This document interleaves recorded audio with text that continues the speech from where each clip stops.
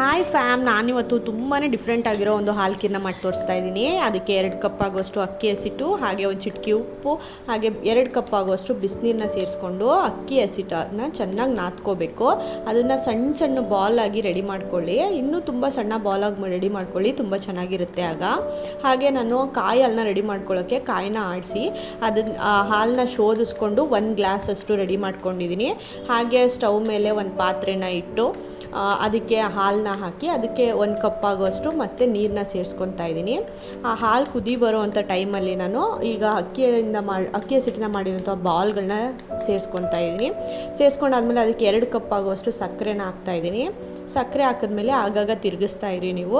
ಈ ಟೈಮಲ್ಲಿ ನಾನು ಮಾಡ್ಕೊಂಡಿರೋಂಥ ಕಾಯಿ ಹಾಲನ್ನ ಸೇರಿಸ್ಕೊತಾ ಇದ್ದೀನಿ. ತುಂಬಾ ರುಚಿಯಾಗಿರುತ್ತೆ, ಮಕ್ಳಿಗಂತೂ ತುಂಬ ಇಷ್ಟ ಆಗುತ್ತೆ. ಹಾಗೆ ಈಗ ಬಾದಾಮ್ ಪೌಡರ್ನ 2 ಸ್ವಸ್ತಿಕ್ ಅವ್ರದ್ದು ನಾನು ಈ ಟೈಮಲ್ಲಿ ಸೇರಿಸ್ಕೊತಾ ಇದ್ದೀನಿ. ಸೇರಿಸ್ಕೊಂಡಾದ್ಮೇಲೆ ನಾನು 1 ಟೀ ಸ್ಪೂನಷ್ಟು ಏಲಕ್ಕಿ ಪೌಡರ್ನ ರೆಡಿ ಮಾಡಿಕೊಂಡು ಏಲಕ್ಕಿ ಪೌಡರ್ನ ಸೇರಿಸ್ಕೊತಾ ಇದ್ದೀನಿ.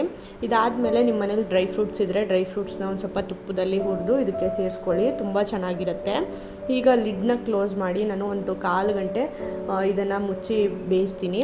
ಅದಾದಮೇಲೆ ನೀವು ನೋಡ್ಬೋದು ನೋಡೋಕ್ಕೆ ಎಷ್ಟು ಚೆನ್ನಾಗಿದೆ ಅಂತ ಅಂದ್ಬಿಟ್ಟು ಇದನ್ನು ನೀವು ಮನೇಲಿ ಒಂದ್ಸಲ ಟ್ರೈ ಮಾಡಿ, ತುಂಬ ಚೆನ್ನಾಗಿ ಬರುತ್ತೆ. ಇದೇ ರೀತಿ ನನ್ನ ಕುಕ್ಕಿಂಗ್ ಬ್ಲಾಗ್ ಬೇಕು ಅಂದರೆ ಲೈಕ್ ಮಾಡಿ, ಶೇರ್ ಮಾಡಿ, ನನ್ನ ಯೂಟ್ಯೂಬ್ ಚಾನಲ್ನ ಸಬ್ಸ್ಕ್ರೈಬ್ ಮಾಡಿ. ಬಾಯ್.